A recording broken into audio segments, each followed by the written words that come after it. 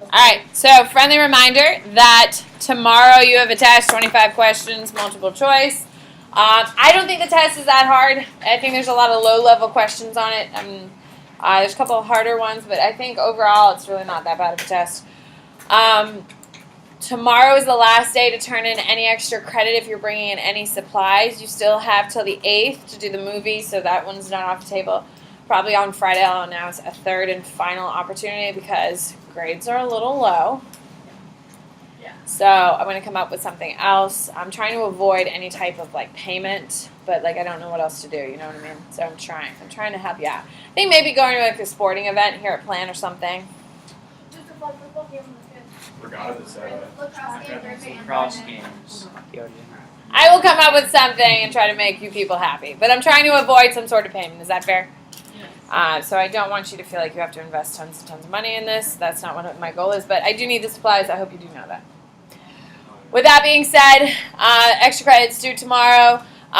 You do need a Barron's book, March 29th. You have a month and 2 days to get that stuff done. So make sure you get it done. It's very, very important. We need to have that done. Everyone good? Okay. On your whiteboard, please tell me, what is the name of the gentleman who kills the Austrian-Hungarian?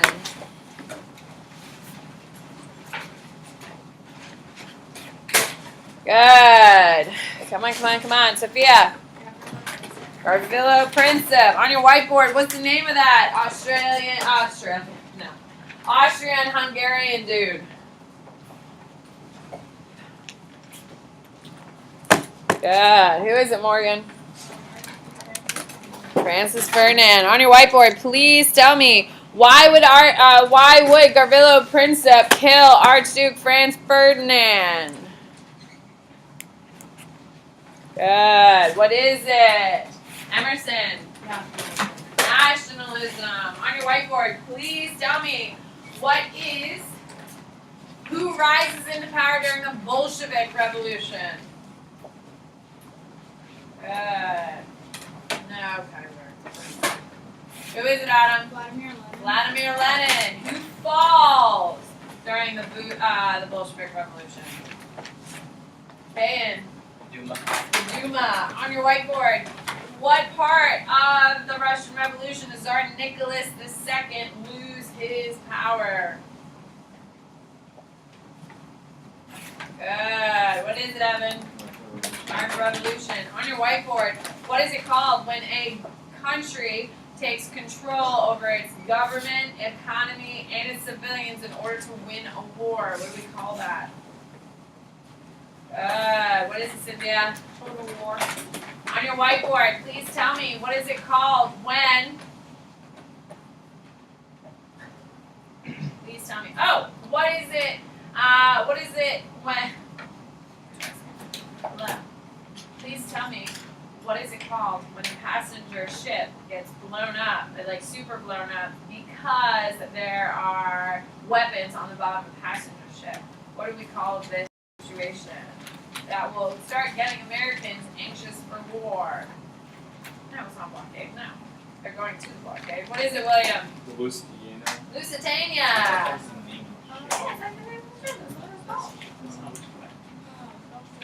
That was a bad fine. It was not my best. It was not my best. On your whiteboard, please tell me, what is the name of the final straw that made America declare war? What was the final straw that got Americans to declare war? Good. What is it, Bella? Zimmerman telegram. What is the Zimmerman telegram, Bella? Just raise your. What is it? When Germany reached out to Mexico to invade the southern border. There you go. Well said. All right, here we go. On your whiteboard, please tell me. Kind of a mess today. On your whiteboard, please tell me, what's the date range of World War I? World War I. What is it? Morgan. What year did the Russians drop out and the Americans join? Good. William. 1917. On your whiteboard, please tell me, what What treaty gets Russia out of World War I?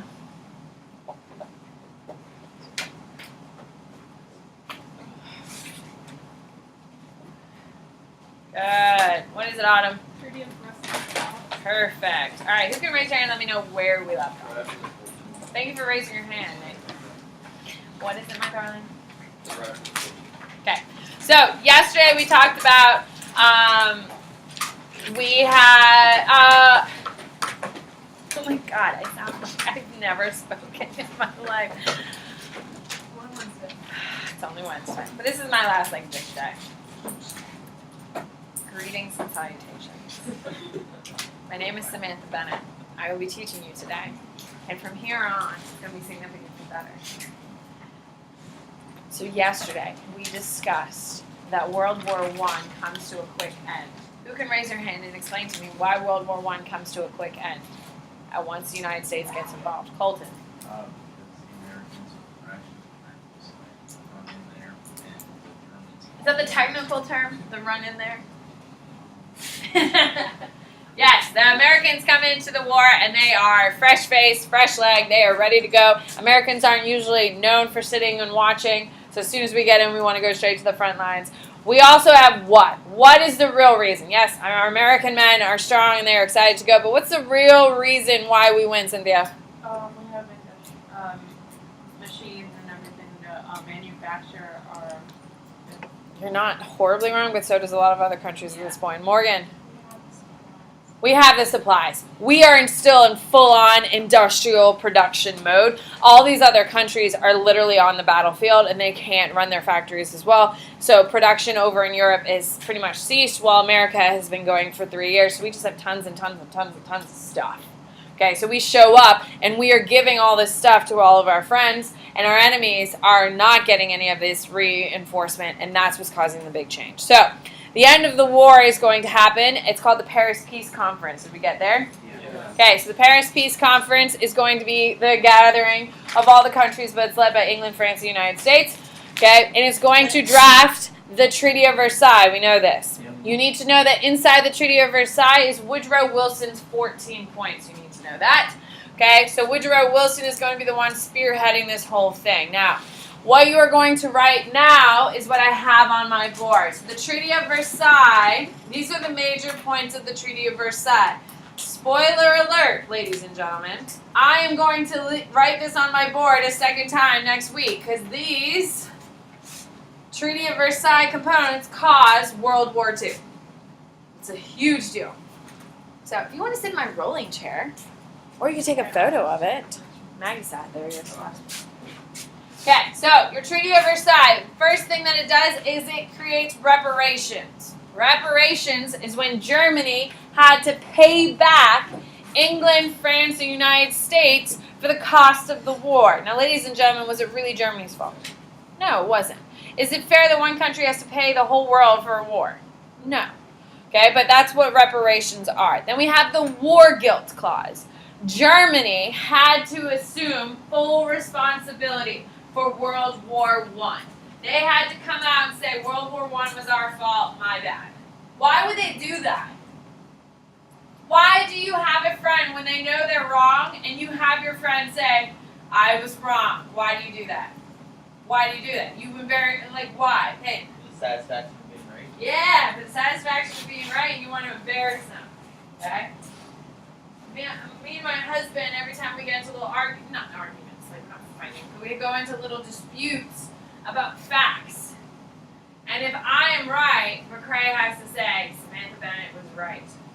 And if I am wrong, I have to say McCrae Bennett was right. For the pure fact of humiliation. That is why the Germans had to admit to claiming the war, because they wanted to be humiliated. The Germans also were limited in their military under the restricted military clause. Germany was not allowed to have more than 5,000 people in their military and have no air force. What is the future of the military after World War I? Where is everyone going to be spending all their military money building people? After World War I, one piece of new technology is clearly going to be more valuable. Airplanes. Airplanes. So what is Germany absolutely excluded from participating in? Airplanes. So that's supposed to be a dig. It's supposed to hurt them. Also, by the way, at MacDill, we have 25,000 soldiers who call MacDill their home base. The entire country of Russia was supposed to have 5,000. Is that embarrassing? Germany. Germany, sorry. Is that embarrassing? Does that leave them weak and vulnerable? Yes, the answer is yes. Now, France is also going to take control over two territories called the Rhineland and the Sudetenland. The Rhineland and the Sudetenland are the breadbasket of Germany. This is their best farmland. Just like the Midwest is our breadbasket, the Rhineland and the Sudetenland are Germany's. Now, if we lost the Midwest, would we be able to feed the people of the United States? No. Not really, because that's where most of our grains and our wheats and all that stuff come from. So, the same problem is now. Rhineland and Sudetenland is gone. Germany is now going to struggle to feed its people. Now, the only reason France wanted is because they wanted to start selling all that stuff for profit for them. And we have this idea of self-determination. Woodrow Wilson believes that every country should be led by its own people. So this calls an end to what? What does it call an end to? Imperialization, colonization, yes? Yes. You guys are on top of it today, you're killing it.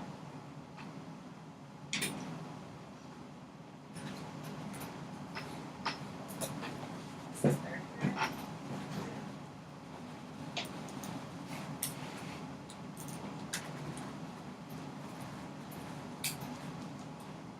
Where's Bobby? Is Bobby okay? Huh. So he's Perfect. Morgan. So, if the Treaty of Versailles is like this bad with Germany, why did it? They had no choice. They literally just had no choice. You either sign or we're just gonna take everything. So it's better than nothing, but it's pretty atrocious. Would you agree? I mean, they're literally robbing the face of Germany into the dirt, and that's what's going to happen. So let's what?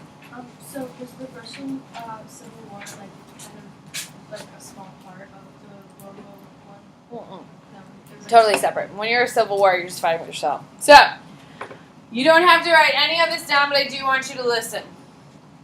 Okay, so the Treaty of Versailles, I've already told you, the Treaty of Versailles ends World War I and directly causes World War II. Okay, so let me show you how that's going to happen. These reparations that Germany has to pay for, they're going to have to take out loans because they can't afford it, correct? Who do they take loans from? They take it out from us. Well, eventually, they're going to default on their loans because they don't have enough money because their country was just completely destroyed during World War I, correct? So they're going to default on the loans, which means they're not paying their reparations. This is going to cause the Great Depression. Because Germany can't pay theirs, France and England aren't getting their money, which means their economy stumbles. And if England, France, and Germany go down, who goes with them? United States. So because of the Treaty of Versailles, Great Depression occurs. War guilt clause. Okay? Germany has to take responsibility, and it's embarrassing. So a guy comes around and says, hey, Germany, I think you're really beautiful. I think you're really something special. And I believe in you, Germany. And they're like, oh my God, you're so sweet. Yes, we are wonderful. And that, because of the Great Depression in Germany, which was way worse than it was here in the United States, and it was bad here in the United States, people become desperate and they hear sweet nothings being whispered into their ear by a guy named Hitler. And they're like, damn, Hitler, you looking good, Hitler, because he's the only one paying attention to him and saying nice things about him. Then you have Hitler, people are starting to listen to him. He's like, the most important thing we can do is build up our military because we can't even defend ourselves. And they're like, yeah, Hitler, you're right, Hitler. So Hitler voids the Treaty of Versailles first by rebuilding his military. England, France, and the United States say nothing. So what does Hitler do? Keep building. They're like, well, they don't give a shit. Okay. So then once he has a big enough military, then he's like, well, screw it, I want my land back. So he then invades the Rhineland and the Sudetenland. And England and France are like, well, Hitler, like, come on, man. And he's like, I just really needed it. It's our land. We want it back, you know. And they're like, oh, Hitler, you're such a great guy. Of course you can have it, Hitler. Not a problem, Hitler. So they give it to him. Does my man learn a damn lesson? Hell no. Hell no. Now, the other problem is with self-determination. Sounds like a really beautiful thing. Can we agree?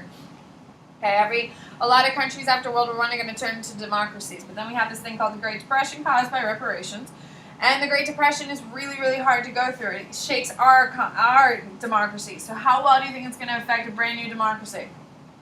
All of these democracies are going to fail. Okay, so then Hitler, who's over there in Germany looking real good, and he's like, hey, democracy that failed, and they're like, hey, Hitler. And he's like, I've got fascism, and they're like, ooh, what? And they're like, oh, fascism. So guess what all of these democracies become? Fascist nations. World War I ends with the Treaty of Versailles. World War II is caused by Treaty of Treaty of Versailles. Hopefully you're seeing those footprints there, because this is what we're going to talk about all next week. The Treaty of Versailles caused this. The Treaty of Versailles caused this. And then a guy named Hitler comes around and takes advantage of it. Also takes over the world. But gets smashed. Okay. End of the Ottoman Empire. Here we go. End of the Ottoman Empire. They are going to fail. The end of the empire is going to happen. What? I know. I'm going to explain League of Nations here in a minute. Okay. End of the Ottoman Empire. It collapses after World War I. Okay. And it will lead directly to the mandate system. Leads directly into the mandate system. Okay? The mandate system was used to stabilize former colonies or parts of the Ottoman Empire. It was used to stabilize parts of the Ottoman Empire, former parts of the Ottoman Empire. Okay? Now, ladies and gentlemen, after the Ottoman Empire collapses, is that a good thing or bad thing for that whole region? Bad thing, because it creates power vacuum. Just like in 2011, when Barack Obama pulled troops out of Iran, Iraq, and Afghanistan, correct? What was created when Obama pulled those troops? What terrorist organization came out of it? ISIS, because the United States pulled their stability out of that region, it became unstable, and then a terrorist organization thrived in that chaos, correct? Same thing is looking like it's going to happen when Trump pulls us out of Syria, which he says we're out of there by the end of next month. We pull our troops out of Syria, all the stability in the region is gone, and guess who's going to fill it? ISIS. ISIS is like sitting there like drooling over it. They're like, yeah, we can't wait to get it back, and they're so excited about it. So is that going to cause more problems? Good, potentially. That's the problem when you take troops out of things. So when the Ottoman Empire collapses, there's now a huge power vacuum in that area. And without someone going in and stabilizing, it's going to collapse. Now, during World War I, the stabilization is being done by England, France, and the United States. Are they stabilizing or colonizing? They're colonizing it. But you're not allowed to colonize after, Woodrow Wilson's self-determination. So what do we call their colonizing? No, we call it the mandate system, which is not colonization, but it is colonization. They're taking, all these countries are taking out the oil out of their country and abusing it. Ladies and gentlemen, we're going to talk about this a ton next week, so if you don't really get it, that's totally fine. You just need to know it exists for tomorrow's test. This is the reason why the Middle East hates the United States, Europe hates the Western world. Why? Because during the mandate system, we did terrible, horrible things over there. We as a collective. The United States was a part of it. But it's going to lay the foundation for why ISIS, Al-Qaeda, all these terrorist organizations hate the Western world.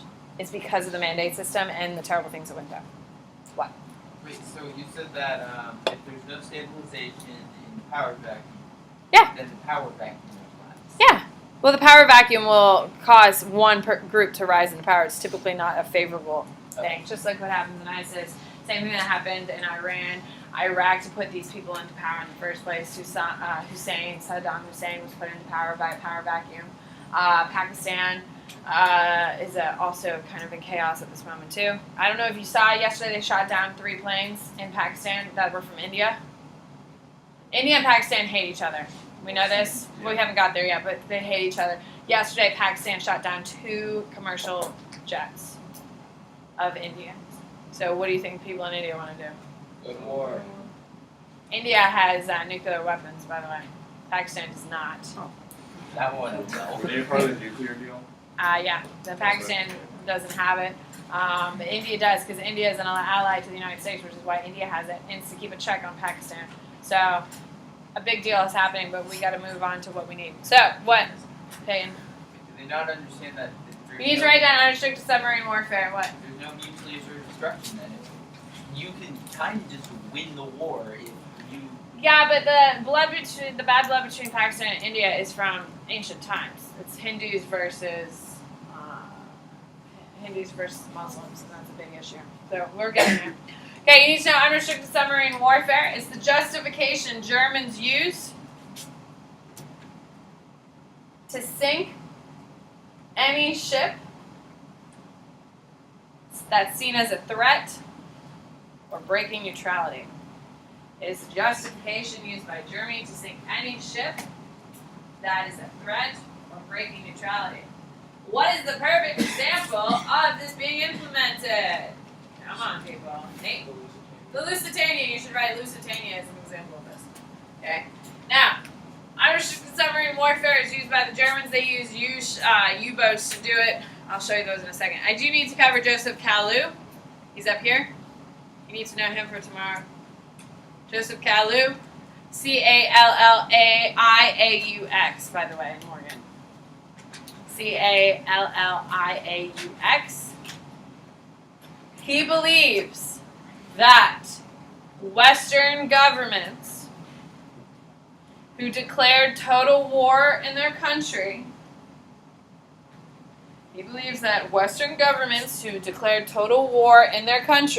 were abusing their power.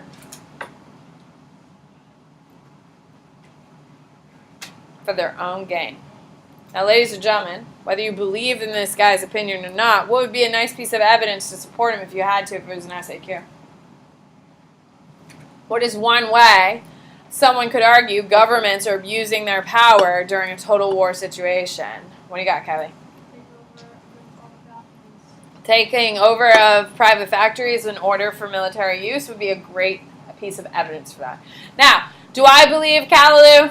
No, I think the U.S. government has the right during times of crisis to take over a factory as well as they're compensated. But that's the thought. Now, that is a very big thought. It's going to grow bigger in World War II, so it's going to come back to get us. Okay, this is a normal traditional ship. This is a U-boat. You need next to your unrestricted submarine warfare, you need to write U-boat. It's U-boat. Very fancy. So what a U-boat is, it is a super low-profile ship. Now, this is a normal ship that's sinking because the U-boat's sunken. Okay? Now, above the waterline, you have an average between 15 to 35 feet above the water is a normal ship during this time period. Now, with the 100 feet. With that being said, is it easy or hard to see a ship with a profile about 15 to 30 feet? Yeah. Pretty easy. Now, a U-boat, which is what this is, it's obviously the cameras on the U-boat, has a profile of 9 feet. Easy to see or hard to see? Hard. Very hard to see. So, what U-boats would find the ships out in the water, they would, by the time the U-boats got to them and a ship could see that there's a U-boat there, they were in enough range that they could send a torpedo and sink the ship. So, very effective strategy. Now, these are what U-boats look like. This is the water line here. Okay, that's the water line. All of this is underneath the water. All of this is above the water. The waves break on the top of the ship. Someone was like, well, where did the sailors go? In the damn ship. They're here. There's no one on the top because that's where all the water is coming from, except when they slow down, and just like submarines today, right? Submarines, when we think submarines, and which is the true thing, they go completely submerged. These things are not completely submerged, but they have water running over the top of them at all times when they're sailing. Does that make sense? They just have a low profile above the water and a lot bigger profile underneath. They're very sneaky. They sink the Lusitania. Your average torpedo length was about 15 to 20 feet long. These are normal ships. These are U-boats down there. Do you see how low the profile is? So they're just really sneaky and they're really hard to see. This is the actual Zimmerman telegram. Okay, this is the actual one. Now, all telegrams come encoded, and then that's, some chick, and there's always a chick, some dude, sits there and converts it to English for you and does the code, what's what's that called? Morse code. Morse code. Breaks the code for you and gives you your message. Now, these are a secret Morse code that we broke, of course, because we're spying on, but this is what the actual message looked like. This is all the land that Mexico was guaranteed if they did it. Not guaranteed, but if they won. Famous cartoon. Here's your German whispering into your Mexican's ear. Join Germany. I know, how stereotypical, right? So your war front, here's some examples of propaganda. Okay, we have the spirit of 1917. We have all these brave young men carrying their flags, marching off to war. Okay, gee, I wish I were a man. I'd join the Navy. Okay, be a man and do it. Just straight up shaming you. We got a cute girl saying, gee. Okay, we got total war. These are Frenchies heading off to war. Women are in the factories doing their part. Okay, women help American sons win the war. Remember, women are going to play a huge role in World War I and World War II. What wins the war for Americans is our ability to supply and produce. Women are the ones behind it. Because women showed up in the factories and did such a great job in the factories and win the war with the obviously helping, women get the 19th Amendment in 1920, which gives us the right to vote. Woodrow Wilson signs that into law. Okay, whose son are, this is my favorite one. Whose son are you? I didn't raise my son to be a soldier. She's like coddling him. He's crying. And over here, she's like, I did. Shakes his hand. Oh my God, can you imagine your mother shaking your hand? Like, oh my God. How hilarious. Rationing is the next term I need you to know. Rationing is the limiting of consumer goods. Rationing is the limiting of consumer goods so that more food and supplies can go to the troops. This is going to be used in both World War I and World War II during a total war. You get a little rationing book. It's like a little coupon book. And every week when you go to the grocery store, you hand them your coupon for meat and you get your pound of meat. Okay? Because if every American just goes to the store and buys all the food they want, what can't we send overseas to our troops? Food. So it allows us to save food and make sure everyone gets enough food and not some people are getting more. Now, do you think the rich people had more opportunity to get? Well, yeah, of course. Let's not live in an idealized world, but it allows to control rationing, allows food production to be monitored. Keep it coming. We must not only feed our soldiers at the front, but the millions of women and children home. So the idea of saving food, preserving food, and all that stuff is a big deal. Okay, obviously this is your most famous piece of propaganda. It started in World War I, so effectively used in World War II. This is the British version, which I think is pretty great. Who's absent? Is it you? Okay, and this is also another type of propaganda. This is the representation the United States government gave to Germany. Why would Germany be represented like these faceless monsters? What is this propaganda trying to show us, Morgan? No. Why, William? What, William? Dehumanize them. Yeah, why? Why would the government want to dehumanize Germany? It's easier for you to kill someone you don't know. Yeah, for sure. If we represented Germans as sons of mothers and fathers who have their own kids and have, their own future to look forward to, is it easy to kill them or hard to kill them? Hard. But if you think of them like this, that they are monsters trying to kill you and eat your babies, I don't know, they kind of look like that. Is it easier to kill or harder to kill? Easier. For sure. Okay, wake up America, civilization is calling us, we got to do our part. Okay? To everyone in this planet is engaged upon government work. Every person here owes the United States a duty to do its utmost to make material for our ships carefully and speedily. Let this be your part. Our country is depending on you, trying to give every citizen the responsibility of it. Daddy, what did you do in the Great War? You don't want to tell your kid, you just sat there and did nothing.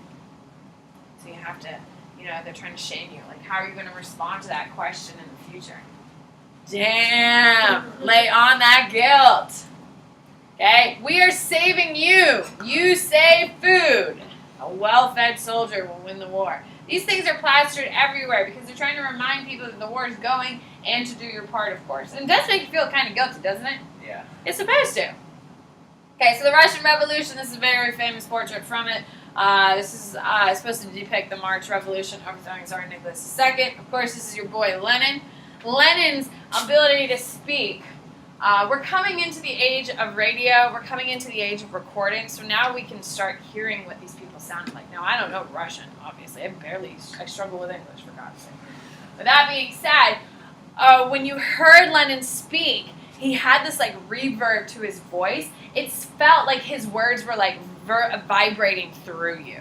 And that it was just such like an electric feeling of listening to his speech. That's why he was as powerful as he was. Now, I'm gonna, if I have time, which I don't think I will, I'll be able to show you what Hitler sounded like. Hitler, when he did his speeches, he banged on his podium and kept a pace.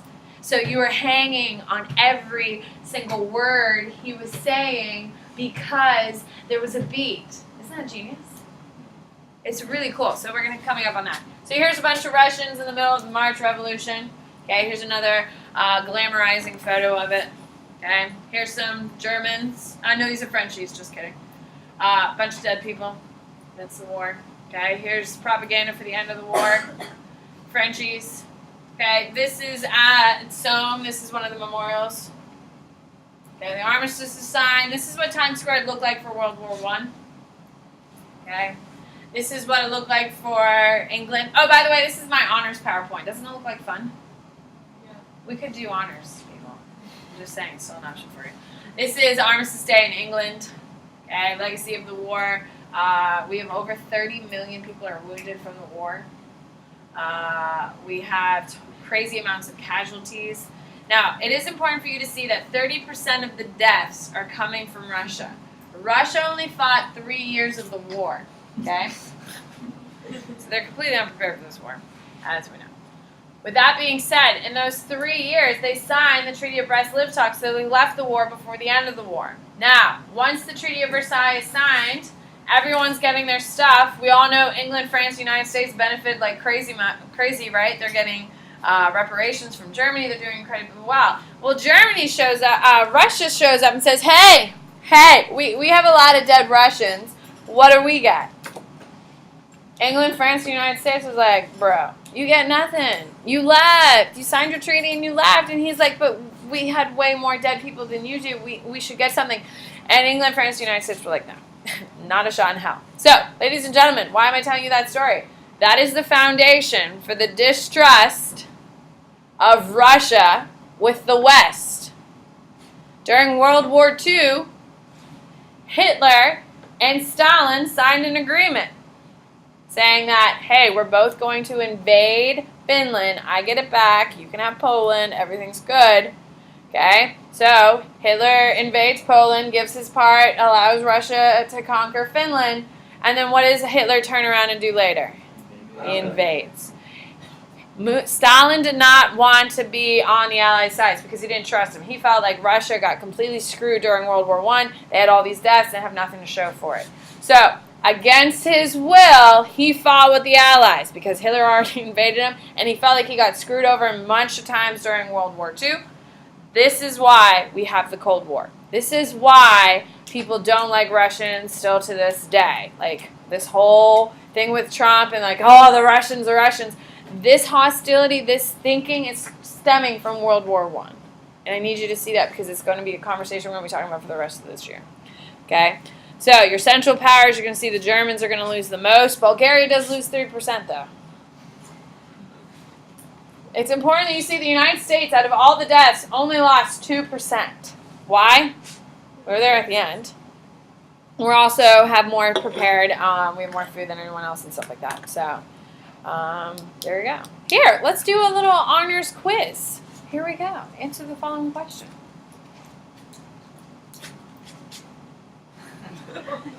See, honors is a good time. On your whiteboard, let's see these answers here, people. I know.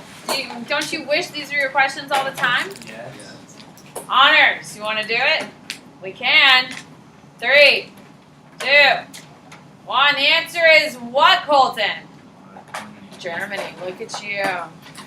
Okay, so what Central Power lost the least amount of troops? Now you have to know what your teams are. What Central Power? That's the key term here, people. I'm sorry. The answer is Ottoman. See, honors. It's a good time. They got photos. I would have had video clips for you. We have simple quizzes. Honors, man. It's really a dream. What period do you have on? I don't teach it anymore. You people have taken over my whole damn life. Yes, we're done. You will never finish it again for the next 3 weeks. But you teach it.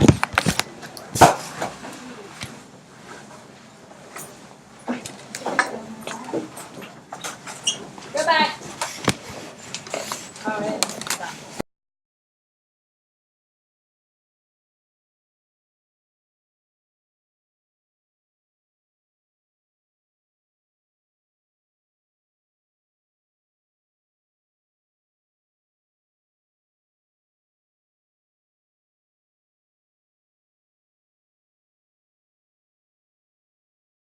Can you buy it online? Yeah. Do you go to see a movie? Yeah. Very nice. All right, perfect. You're not lying to me, are you? No, my dad bought it. Did you like it? What do you think? It was a good movie. My dad falls asleep right away. Did he really?